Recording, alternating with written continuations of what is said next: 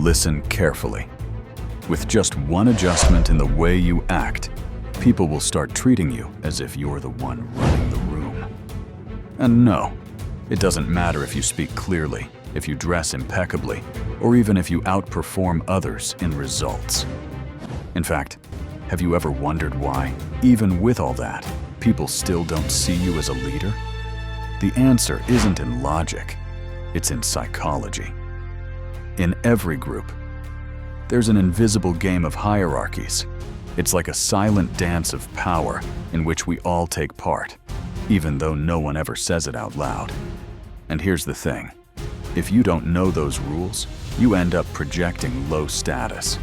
Not because you're weak or incapable, but because you're sending signals that others pick up instinctively. And without realizing it, you place yourself at the bottom. Think about it for a second. Every time you laugh too quickly to be liked, every time you nod without being convinced, every time you over-explain or try to prove your worth, what you're really saying is, I'm not in control here. And pay attention, no one is calmly analyzing this in their head. It's pure automatic brain reaction. They perceive those signals, and within seconds, your rank drops. Respect isn't earned by speaking louder, nor by being the smartest one on paper. It's earned by dominating the environment, by projecting that you don't need permission to be there. The curious part is that it all comes down to a mental shift. Because people don't respect you less when you make a mistake. They respect you less when you doubt yourself. That's the real problem. Insecurity leaking through your gestures, your filler words, your poorly handled silences. When you say phrases like, "Do I make sense?" or "Maybe I'm wrong, but..." what you're transmitting isn't humility, it's doubt. And doubt, in the subconscious of others, equals not being a leader. On the other hand, men with real presence do the exact opposite. They move calmly. They leave spaces without filling them nervously. They wait for others to react first.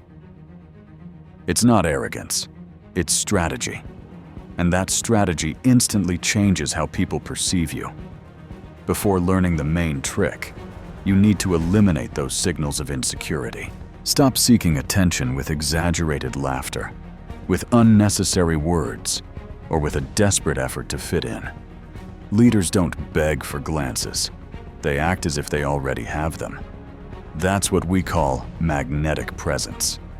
It's no more complicated than this.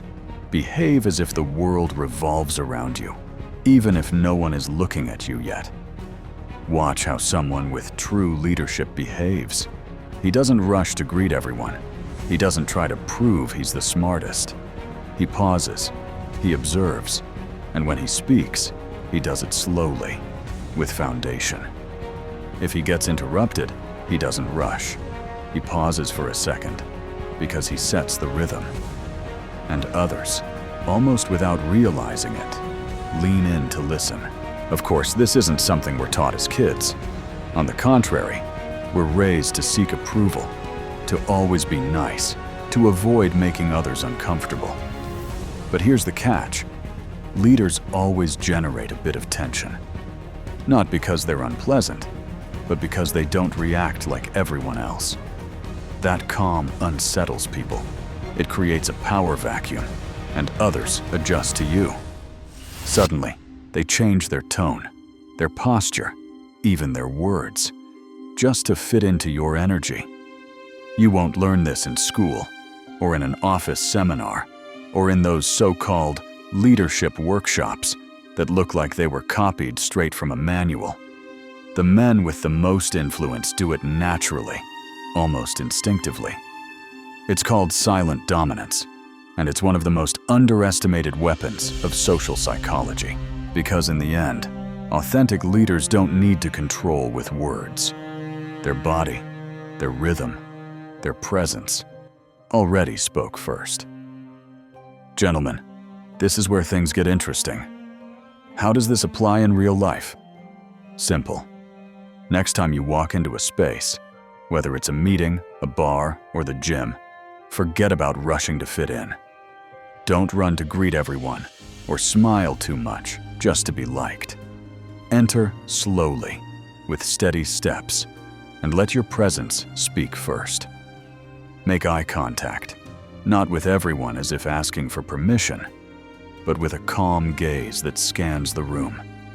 Then, claim your space, whether sitting or standing, as if that place already belonged to you. No nerves, no explanations, no justifications, just owning the ground, physically and mentally. This awakens something primitive in others, because they sense that you're not asking for a seat at the table, you're taking it. And without you even noticing, they begin to give it to you. You don't impose with force. You project as if control already belongs to you. That gesture creates a subtle tension, the kind that forces people to listen to you even when you remain silent. And those who want to compete with you think twice before opening their mouths. Now pay attention, because here comes the move that changes the rules forever: hierarchical reversal. First, understand this. Status doesn't depend on money or position. It depends on who reacts to whom. The one who reacts the most loses. The one who stays calm wins. Hierarchical reversal works like this. Instead of entering the other person's game, you create a moment where he has no choice but to follow you. How do you do it? Let's say you're talking to your boss, to a friend who wants to dominate, or to someone who disrespects you in a subtle way. Let them finish speaking. Then stay silent for 2 seconds. Don't move nervously. Just hold your gaze and nod slightly. That pause creates pressure. They wait for your reaction, but you don't give it. Then do the unexpected. Change the subject calmly, without justifying or approving.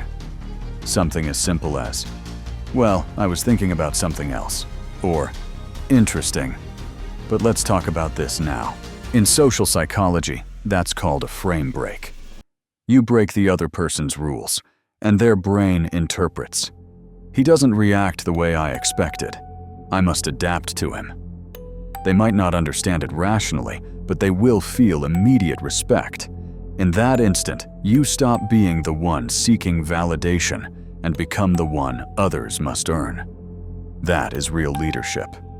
Before we continue with practical examples of how to apply all this in your daily life, do something quick. Subscribe to the channel so you don't miss the upcoming leadership tricks, and leave a comment with a situation where you'd like to apply these strategies. Now let's see how this translates into real situations. Imagine a poker game with your friends. The one who laughs nervously, explains every bet, or reacts immediately loses respect. But the one who watches silently, pauses before speaking, and redirects the conversation when provoked. "Hey, who's dealing now?" ends up controlling the table. It's not the guy who shouts, it's the one who controls the rhythm. At the gym, it's the same. You're not the guy showing off by lifting more weight to impress others.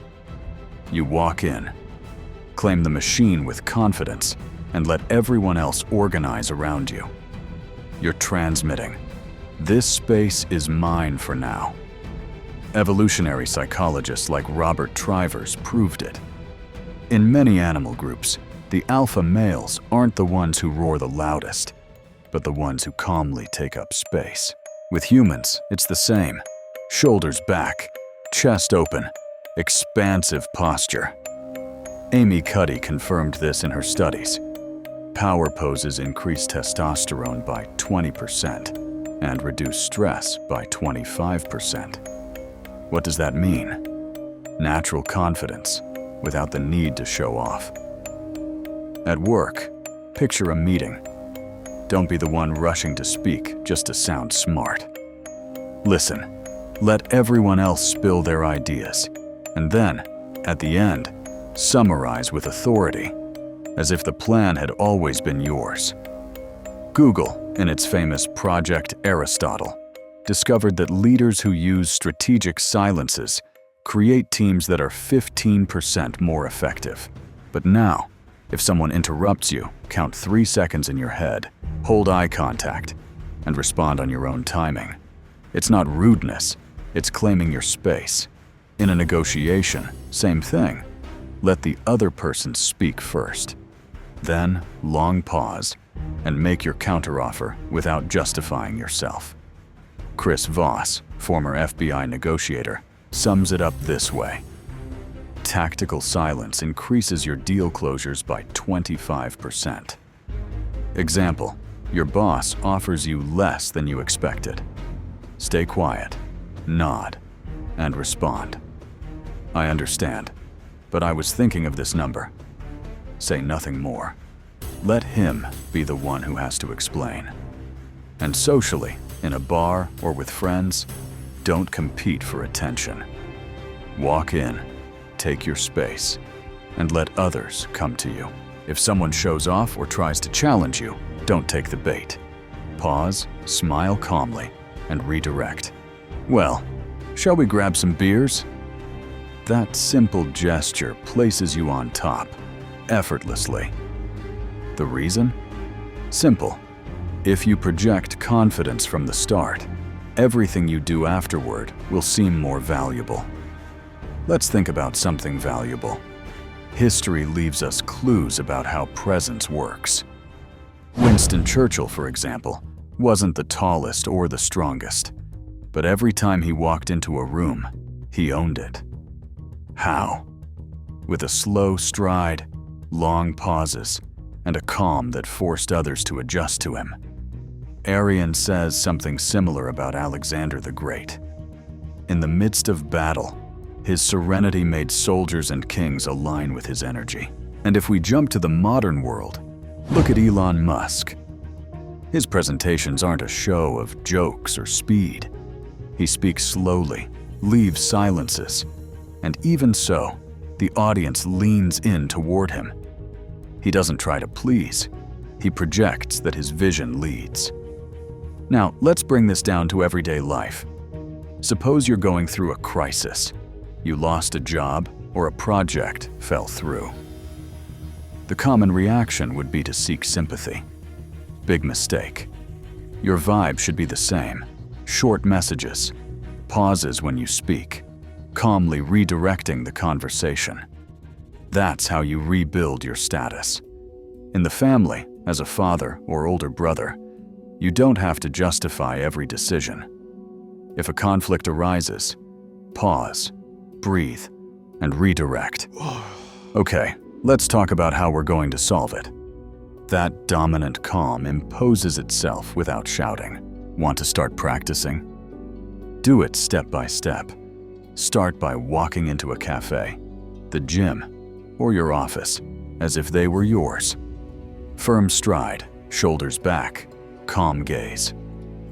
In your conversations, count to 2 before answering.